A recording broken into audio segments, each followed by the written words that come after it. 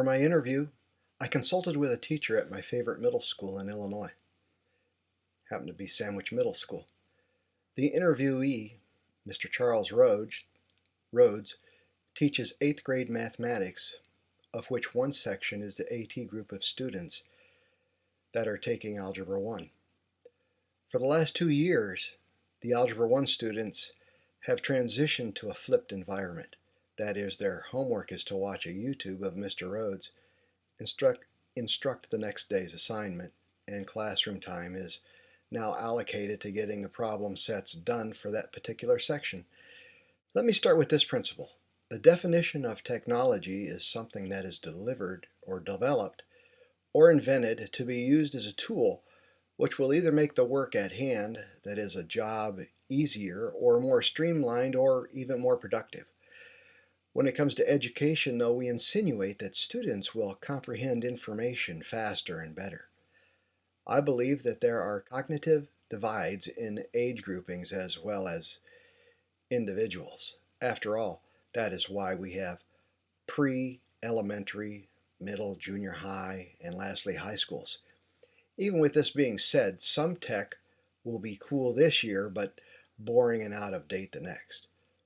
So during the interview, the ideology that technology teaches is debunked. Mr. Rhodes firmly believes that master teachers can teach just as well with a whiteboard, chalkboard, just as well as with a computer and projector. I guess this is where the maturity level of the students tend to dictate what is in it for them. I can recall in one of my undergraduate classes where the professor commented, "No longer are we just teachers, we are 51% entertainers and 49% teachers." Though every school and class is different, so the percentages could be skewed differently, technology fills the gap in both these values. In order to teach, we must have student interest.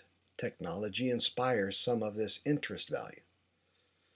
What I have commented on so far is for general classroom type functionality.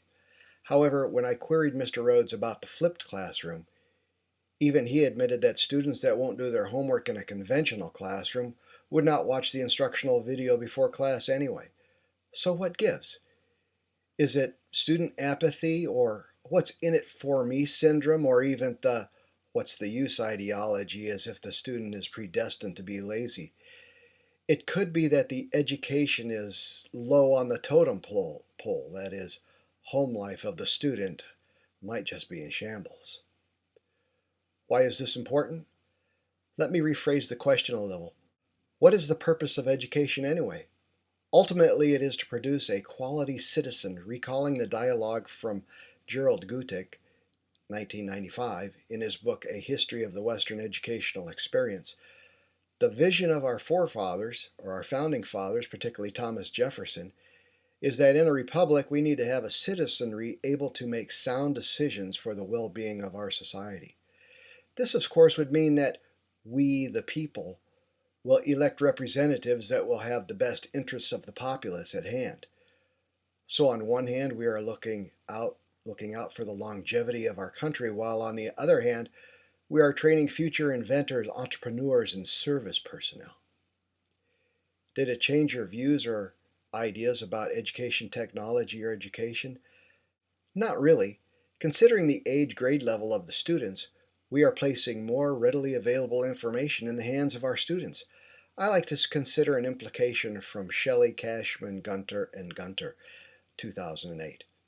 Students retain approximately 20% of what they see, 30% of what they hear, and 50% of what they see and hear.